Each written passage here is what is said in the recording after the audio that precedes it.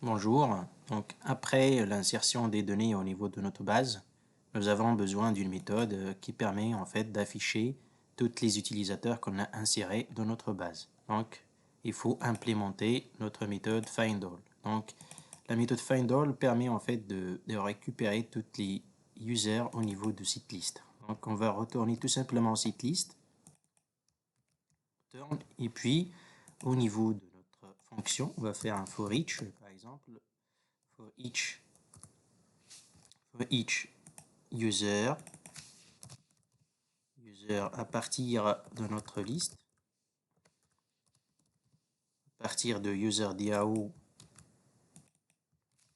puis findAll, on va faire tout simplement un système out.println user, par exemple getName. Voilà, tout simplement, on va attendre le redémarrage de l'application. Voilà, comme vous voyez, nous avons affiché les données qu'on a insérées au niveau de notre base. Aujourd'hui, on va essayer aussi de créer la méthode qui permet en fait de récupérer par ID. Donc, au niveau de notre DAO, on va essayer d'implémenter Find by ID. Donc, on va faire un return user à partir de notre liste. On va essayer de la rendre stream,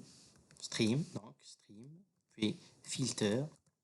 Donc, on va filtrer selon un prédicat. Donc, ils ont les mêmes ID. Donc, pour cet utilisateur, donc user.getID, c'est cet utilisateur égal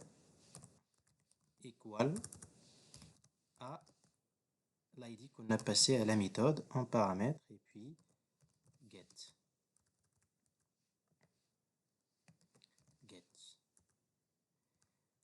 Je pense que j'ai oublié quelque chose. Oui, c'est first. Pour récupérer le premier élément et puis get.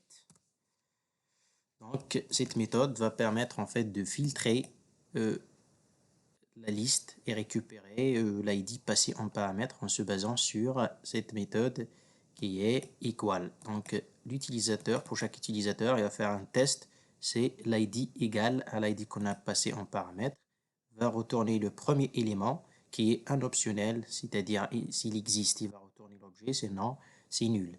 Donc, on va essayer au niveau de notre en fait application d'insérer. En fait, je vais tout simplement ici déjà, j'ai besoin d'un ID que je connais pour le faire rechercher. Donc, je vais essayer de modifier cet ID. Donc, ID user avec un ID de L. Voilà. Et par exemple, cela avec 3L, par exemple. Donc, je vais essayer de, par exemple, au lieu d'afficher la liste, je vais essayer d'afficher tout simplement l'utilisateur qui a un ID, par exemple 3. Donc, user DAO find by ID, par exemple 3. Donc, on va récupérer John. Et puis, get name.